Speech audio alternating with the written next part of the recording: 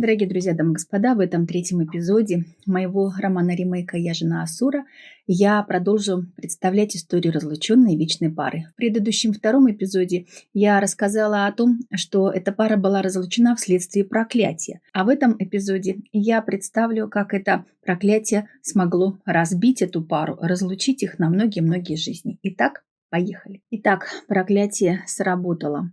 Мой муж ушел от меня к другой женщине, к женщине Асури. Но этого на самом деле было недостаточно, потому что в проклятии говорилось, что я должна быть одна без своего мужа. И для того, чтобы закрыть полностью возможность для нашего с ним воссоединения не только в той жизни, когда это случилось, но и в следующих, во всех остальных жизнях, будущих жизнях, судьба так распорядилась, что та женщина Асури стала предлагать моему мужу пройти ассурическую инициацию и принять ассурическую природу. Она говорила, что благодаря этому он станет неотразимым в сексе и получит какие-то невероятные мистические способности. И чтобы удовлетворить ее желание, он принял ассурическую природу. Таким образом, проклятие сработало на все 100%, потому что в результате этого был полностью закрыт путь для нашего с ним воссоединения не только в той жизни, когда все это произошло, но и на все остальные будущие жизни. Итак, когда мой муж ушел от меня и даже более того принял ассурическую природу и стал асуром, тот асур, который привлекся мной и который хотел заполучить меня и ради этого провел всю эту комбинацию, он появился на моем горизонте. Он предложил мне выйти за него замуж, сказал, что он меня сильно любит. Он сказал, что подарит мне весь мир.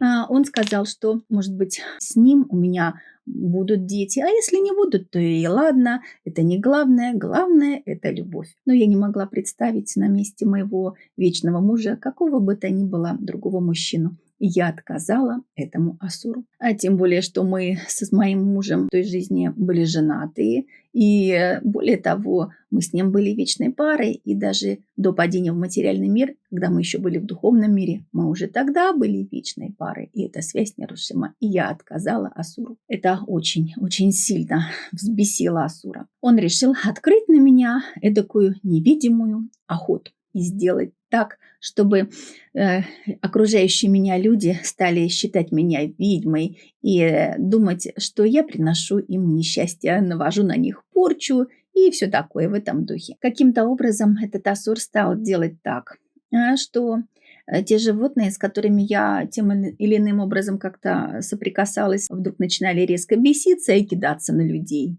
Вот не знаю, как он это делал, то ли каким-то невидимым мистическим способом, то ли просто как-то воздействуя даже физическим образом на животных. Но животные рядом со мной приходили в какое-то прям очень сильное возбуждение и кидались на людей. И какие-то несчастья тоже у людей происходили, и этот асур стал пускать слухи, что все это происходит благодаря мне. Люди стали считать меня ведьмой.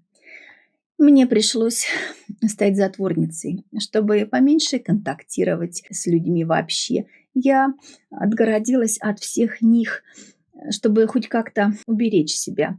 Но асур тут не унимался, и его усилия привели к тому, что на меня и те люди, которые вокруг меня были, открыли охоту. Охоту на ведьму. Я в той жизни пережила охоту на ведьму. Причем ведьмой была я. Хотя ведьмой на самом деле я не была. Обычным человеком была. Но так получилось, что на меня открыли охоту на ведьму. Из-за этого мне пришлось покинуть свой дом. Уютный, теплый дом. Я ушла из этого дома и куда-то переселилась в другое место, но и оттуда мне пришлось переселиться. Мне пришлось сменить несколько мест жительства, и постоянно эта охота на ведьму меня настигала. После чего мне пришлось бежать вообще в какие-то лесные дебри. Но и туда за мной бежала какая-то толпа с этими кольями, которые хотели расправиться с этой злобной ведьмой. Я оказалась в каких-то дремучих чащобах и пряталась там от людской ненависти и злобы. И тогда этот асур снова появился на моем горизонте. Он снова предложил мне выйти за него замуж. Он сказал, что защитит меня от этих невежественных, глупых и тупых людишек. Он сказал, что он спрячет меня в каком-то своем дворце, и я там буду полностью защищена, буду богата, у меня все будет. Но я все равно отказала этому Асуру и ушла снова бродить, прятаться от всех в какие-то лесные дебри. Это настолько взбеленило этого Асура, что он нанял каких-то головорезов.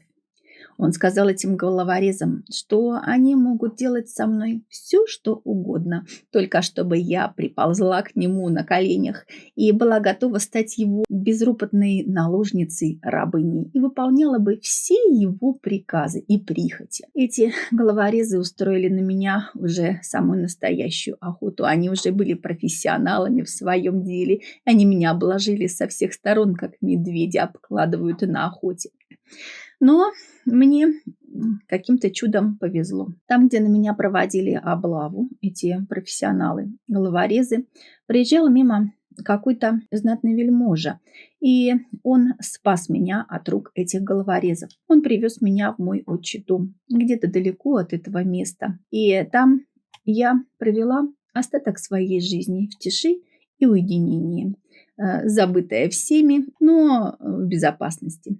А мой же муж, он тоже доживал свой век в одиночестве и тоже в уединении, потому что та женщина Ассурия бросила его, и ему пришлось доживать свой век в одиночестве, как и было сказано в том проклятии, которое было на нас наложено. Так закончилась та жизнь, в которой эта вечная пара оказалась разлученной. И так было реализовано проклятие, чтобы я была одна без своего мужа, чтобы у него не было детей, детей у него так не родилось, и чтобы он доживал жизнь в одиночестве. И так была разлучена вечная пара. В следующем эпизоде я расскажу, что же было с этой вечной парой, уже разлученной, уже навеки, полностью разлученной, после того, как закончилась эта их жизнь. На сегодня все. Всего доброго, удачи вам, всем благ. С вами была Светлана Винодавани.